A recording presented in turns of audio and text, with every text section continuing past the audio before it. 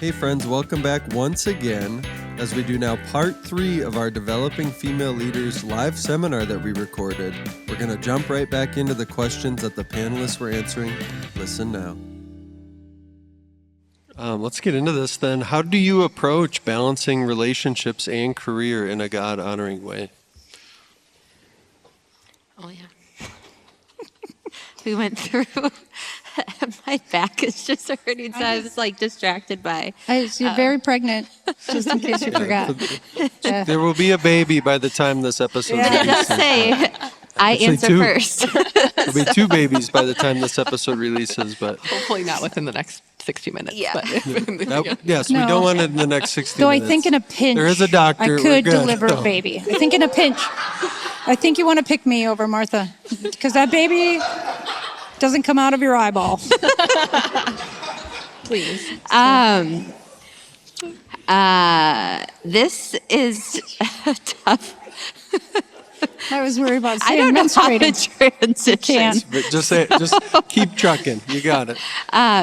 This is a tough balance for me because I am very much more task oriented than I am relationally oriented. And so it's very easy for me to put like work or tasks or just, I don't know, I can busy myself when I'm at home. And so it's like, well, I got to now wipe the table. Then I got to do this and that. And then Kurt and the girls are playing in the living room together. And I'm like, oh, they're having so much fun.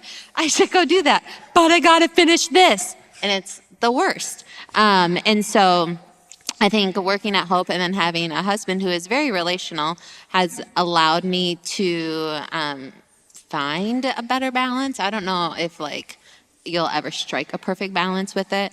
But I have learned to kind of like slow down in the tasks or be okay if things don't get finished.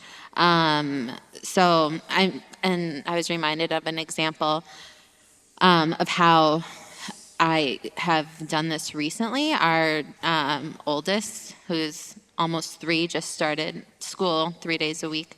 And to kind of like serve her well or serve our family well, I'm now trying to get to work at 7:30 instead of like 8 or 8:15.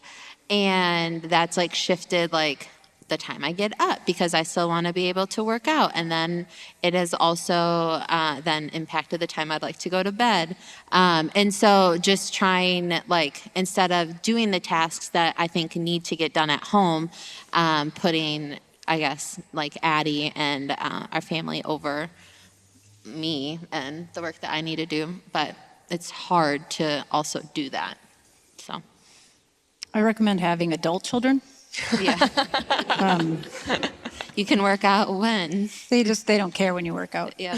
They're just thankful you're working out so you don't die soon, I guess. No, it was, you know, when you have little kids, it's pretty busy time. But I think whether you're married, not married, have kids, don't have kids, we all have relationships that we need to value, and we all are probably likely trying to find some amount of value. And I mean value in that, you know, God wired us to be relational and God wired us for work. I don't mean idolizing either.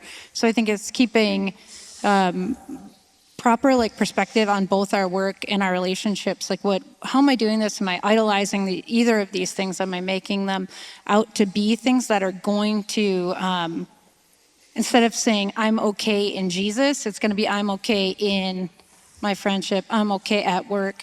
Like that was you, Elise, who said that. I'm okay in Jesus. It's one of our favorite sayings around here. And I was thinking about that, and for whatever reason, I got a little, me and Paul and Kaelyn wrote these questions.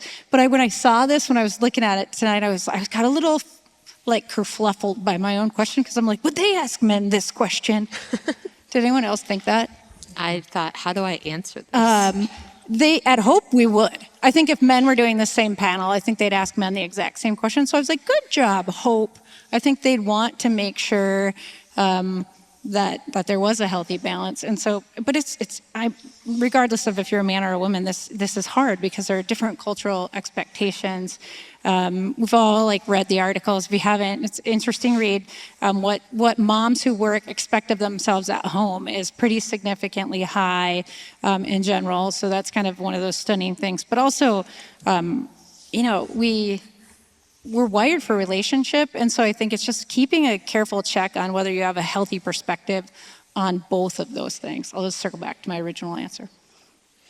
Building on that, I think the idea around that my spouse and I have used is the concept of enthusiastic agreement. This is my favorite. So what this means when we make a decision together isn't that we're all cheering at the same time, but rather that we've taken time to talk about it. We've considered one another's perspectives.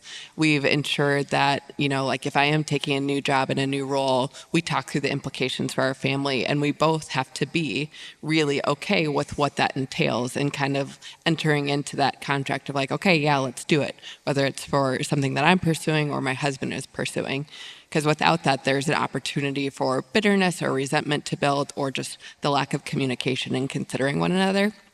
And so I think this very much applies to time and how to balance those things, which to Kaelyn's or Naty's point, will probably never be perfectly in balance.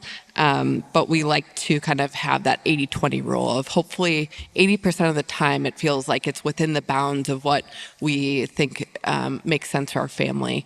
And 20% of the time, it's not going to feel like that. There's going to be times when I'm traveling internationally, or he is traveling, or someone has a big deadline, and so work will occupy more space than we'd like it to. But I think having that contract or agreement is something to work from and adjust around.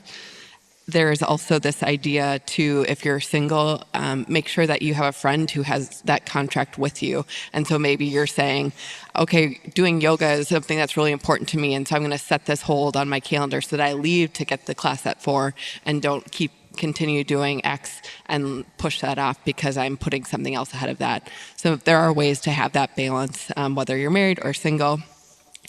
The other thing that I think is helpful is that boundaries like this can often feel limiting, or they can feel like it is a constraint. But I also have found personally that there's a lot of freedom in that. And so like Kaelyn was describing kind of their morning routine and how that's changing. For me, I know that I have a hold on my work calendar from 8 to 9. And that's because between my husband and I, we're navigating drop off in the morning for my daughter getting out the door. And so to know that I don't have to be checking email or worried about someone expecting me to be on during that window enables me to enjoy the time with my family instead of worrying about what's happening in the background. And that doesn't mean that there aren't times when, there are plenty of times when I'll say, okay, I'm going to break this boundary to be able to do this thing and work around that. But it's kind of by my choice rather than an expectation. And so if that's been a really helpful kind of balance for our family. In medicine, there's kind of this cloud that follows you everywhere that is, my whole life has to be medicine. I have to be studying all the time. I have to be in the hospital seeing patients all the time. I have to be just everything I'm doing is to advance my career in medicine. So I'm taking a step away from that mentality when I'm intentionally and visibly not doing that. I personally don't think I'd be a very good doctor if I didn't have friendships and relationships outside of that. So, and it's just what my soul needs to be joyful and to be happy, and that's a very important part of a long-term career. And I've had, both my parents are physicians, and so I kind of grew up with seeing how did they manage that and how did they manage that joyfully. And one thing my dad did that I loved is that he would have a lot of work he had to do in the evenings, but he would just do it in the family room while we're all kind of doing our own thing.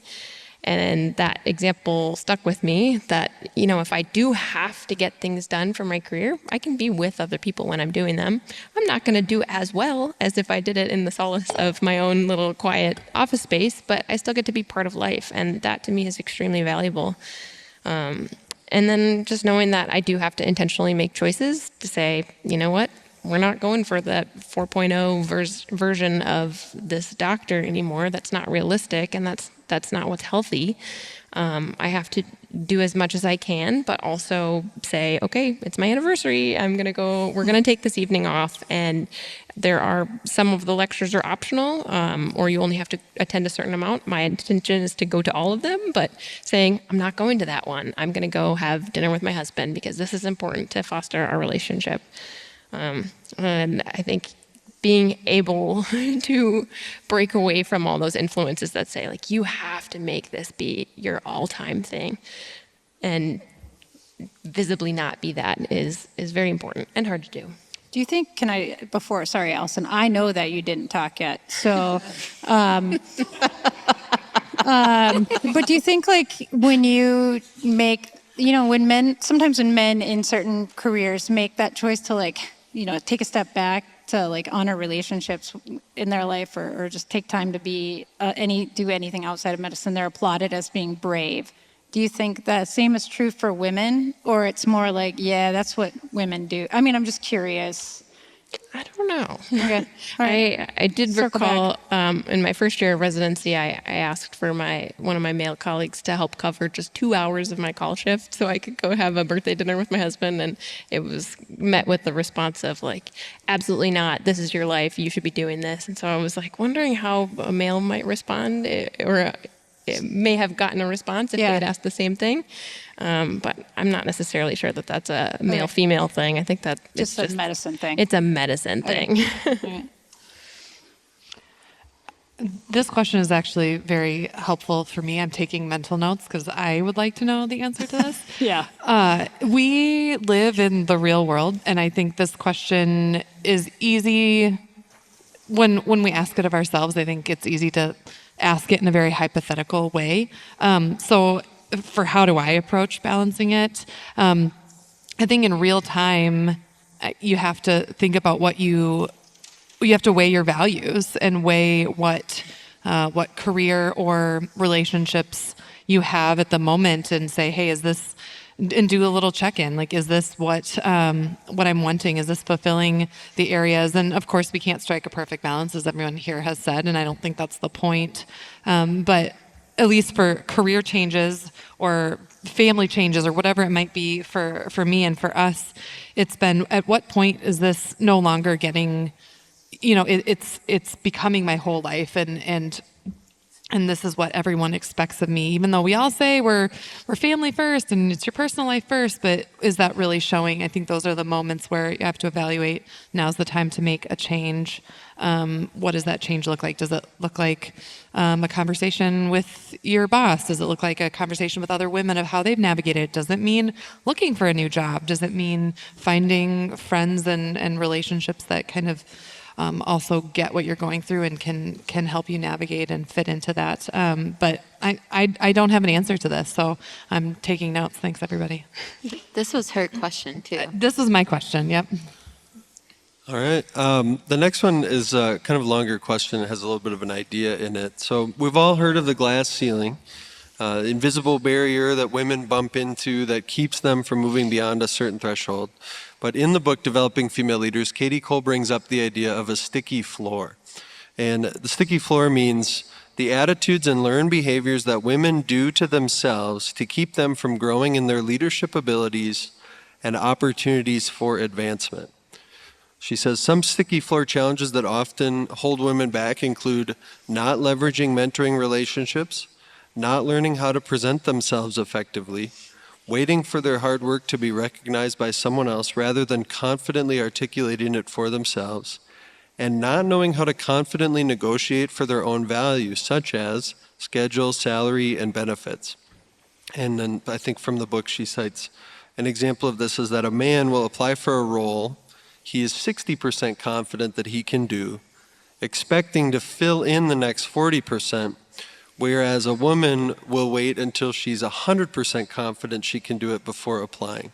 So kind of a long question and concept there, but the question kind of flowing out of these ideas is, in what ways could we encourage women to counteract that trend of sticky floor? So there's a lot of examples, and I'll jump on to the last one for kind of the job description of not feeling like you can do all the things. I would say, if that's you, just say yes, which I know sounds very hard and simple at the same time. But there are three kind of different ways in which I think that this can feel a little more, or you can feel encouraged to say yes to. The first is it's okay to feel uncomfortable as you're doing something new for the first time, because that usually means you're growing and you're learning. And that feeling of being uncomfortable is just a natural part of the process. related to that, I think it's Jack Welch, who is the CEO of GE, has this phrase about confidence and how it's built building block by building block. And I love that visual because it does truly represent how when we try something new and it's uncomfortable, you go through it and then you learn and you're on the other side of it. And so then the next time you're doing something new, you have the confidence to look back at the thing that you've accomplished and said, okay, and I know how to do all those things, but I'm on the other side and I know that I can figure out the next thing. And suddenly with time, you'll have this amazing foundation of confidence to stand upon.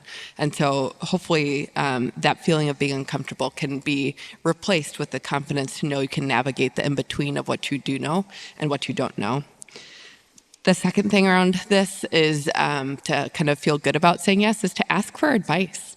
I think there's a lot of humility that it demonstrates in saying I don't know it all, but there's a lot that can be garnered through expressing that and getting the insights and wisdoms from others. And often people who are in that position of giving the advice can often become an advocate for you as you move into that space and to help you navigate things.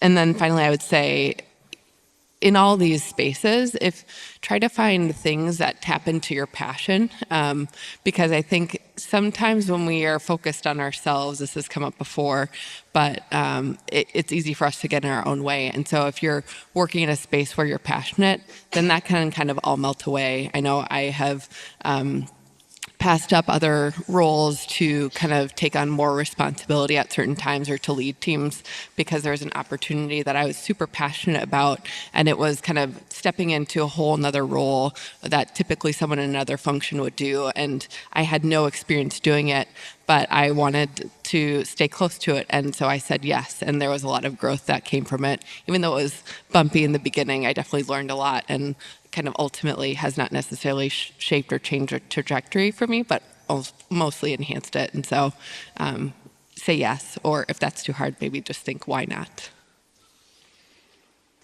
For me, my husband has been my best advocate in this regard. He is a very good example of like how to go push for a salary raise and a promotion. And I think I'm lucky to have him in my life because I keep going back to him and asking like, okay, how do I do that?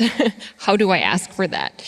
And so it doesn't have to be a woman role model in your life. It can be a very successful male role model in your life. But it's good to, one, have an example, somebody who knows how to do that and recognize that, okay, I'm worth that. I have to go figure out how to do that. And then two, have them actually like help you through that process. So I think, yeah, being able to find people who are good at it, but then are going to encourage you through the process of, especially in the example of figuring out how to get a better salary, a better schedule, better benefits, that kind of a thing is really helpful. Naming it, I would say, is half the battle. Being able to be aware, just by having a label, I think brings it down to size, and you're able to see it in real time and say, you know, this is not just something I need to internalize. This is something that women tend to do to themselves, and so how can I step outside of that? And where can I find those people that can help me in these blind spots? And know that you will be perceived differently when you advocate for yourself. You might be seen as bossy or demanding or whatever it might be, but know that that's not the whole of your reputation, and you can do it with grace and humility, and know that your full reputation, your full body of work will speak for you. And even in those moments when other people might speak louder and say, you know, like they don't agree with what you're asking for or what you're doing, know that that's not the whole story. And again, you're okay in Jesus. That doesn't have to be your whole identity. And even if someone misinterprets you or thinks poorly of your self-advocacy, that the rest of your work will speak for itself. And it's okay to need encouragement every day. Maybe you don't just need encouragement once. Maybe you need it every single day. This was my question, and you can tell because it's super long. But as I mentioned earlier before we started recording, this book has been super impactful on me. So again, that's Katie Cole's Developing Imperfect, sorry, that's our podcast. Katie Cole's Developing Female Leaders. She didn't write a podcast. Too bad, though. It would be great. I really felt understood when I read the book. I think we went through maybe similar paths in ministry.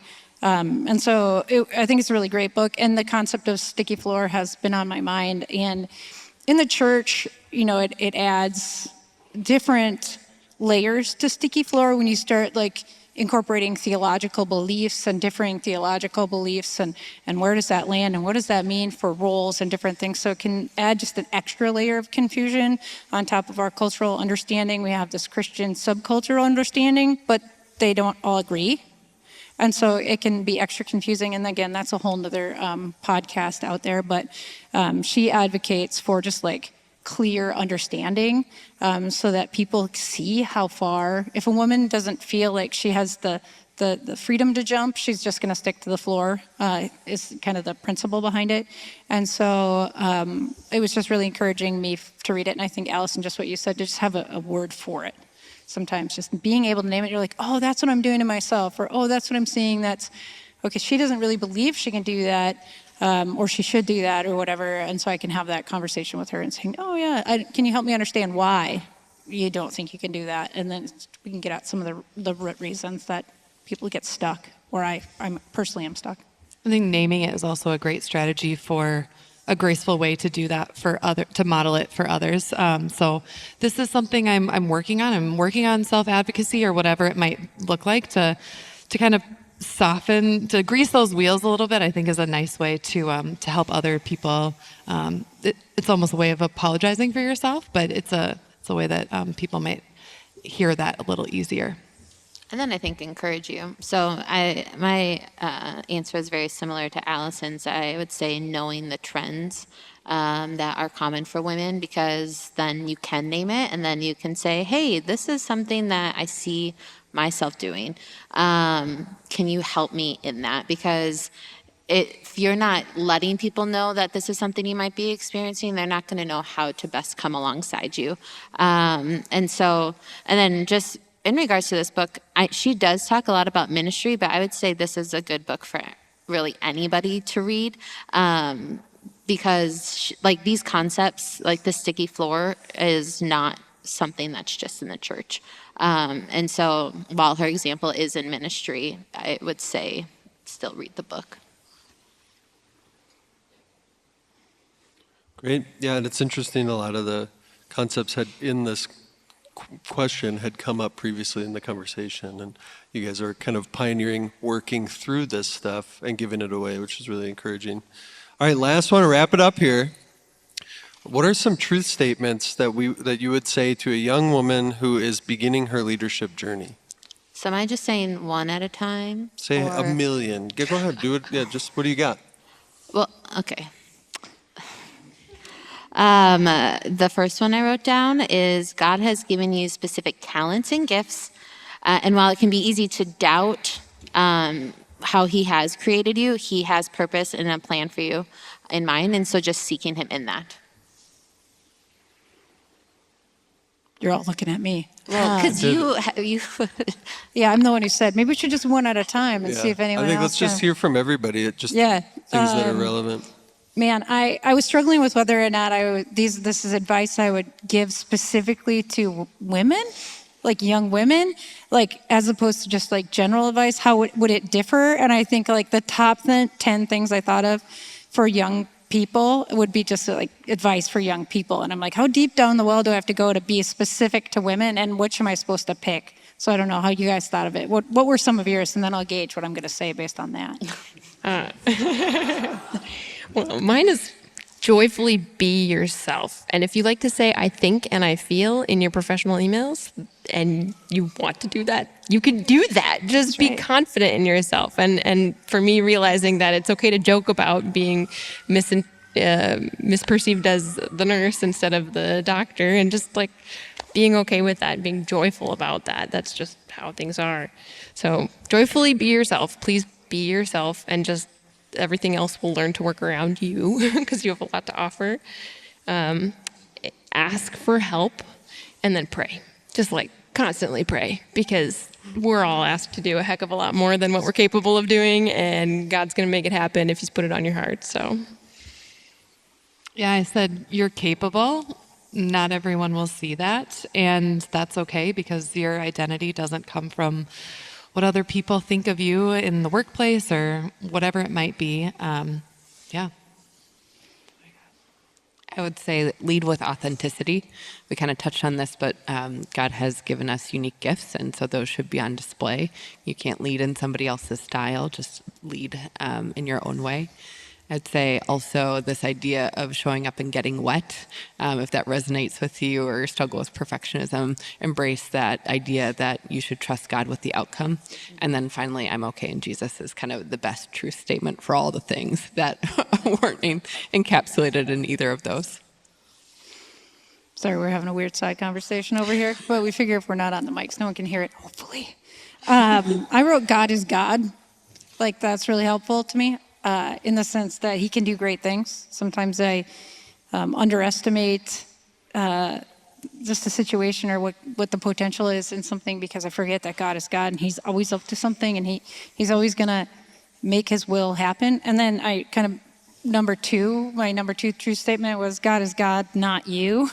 Sometimes we can mistake ourselves for God or feel like we need to be perfect like God or we can't fail or, you talk about perfection and different things, recovering perfectionist. And I think to some extent, every human being feels that way. Nobody wants to just step out in something just to fall flat on their face. But we do, that's what being human is in so many ways. And so we don't need to be God. We don't need to be perfect. We don't need to have it all together. We don't need to be in complete control. So God is God. So expect awesome things, but also God is God, not me, not you. So. Do you have a third one?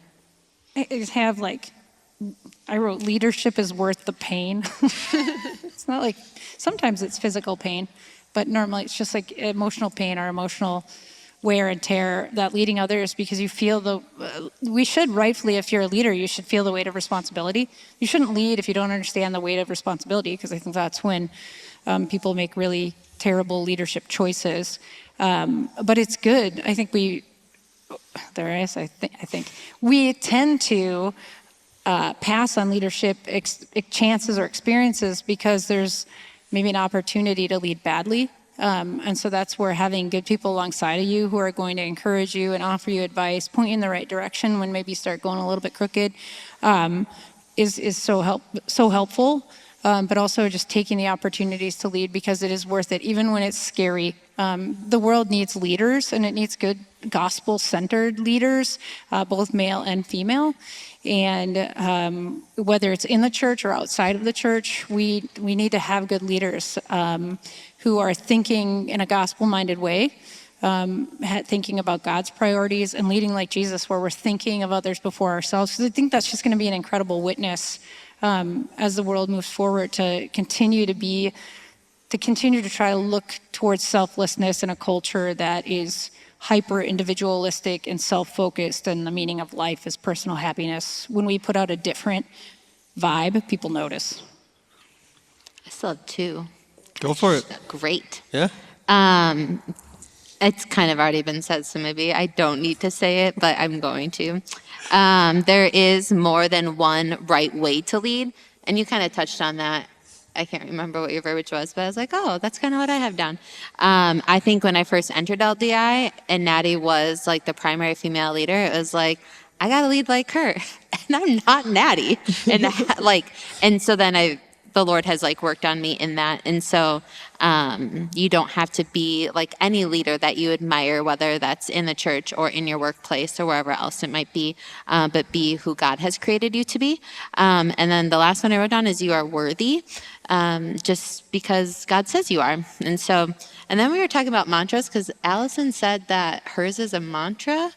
You have a mantra? I want to hear. Her 3 points are a mantra. It was one full thought, but it was 3 truths. Yeah. So it's kind of like a mantra. So then Naty asked if I was going to share my mantra. And I don't know how this came to be, but something I often have to tell myself. Do anyone else have mantras that are truth statements? Maybe, yes, no. Does anybody have a mantra, really, they recite to themselves? Yeah? No? I used to always tell I've myself. seen Emily. Were you shaking your head yes? No, okay. So I'll be God is with you, he is for you, and he has your best in mind. And I tell Addie that before she goes to bed. And so it's just oh yeah, true statements. But I have to tell myself that because I need to believe that God is for me. Well, that wraps up our conversation for today, but we want to keep connecting with you. So thank you for listening to the podcast. And if you like what you heard, be sure to follow our show and leave a review. We love connecting with our listeners. So if you have questions, comments, or topic ideas, please email us ldi@hopecc.com. LDI is a ministry of Hope Community Church based in Minneapolis, Minnesota. We seek to develop leaders in their biblical thinking, Christ-like character, and ministry skills for service both inside and outside the church. We do this through internships, classes, seminars, and retreats. If you're interested in learning more about our internships or other opportunities, visit ldi.hopecc.com or email ldi@hopecc.com. Have a great week.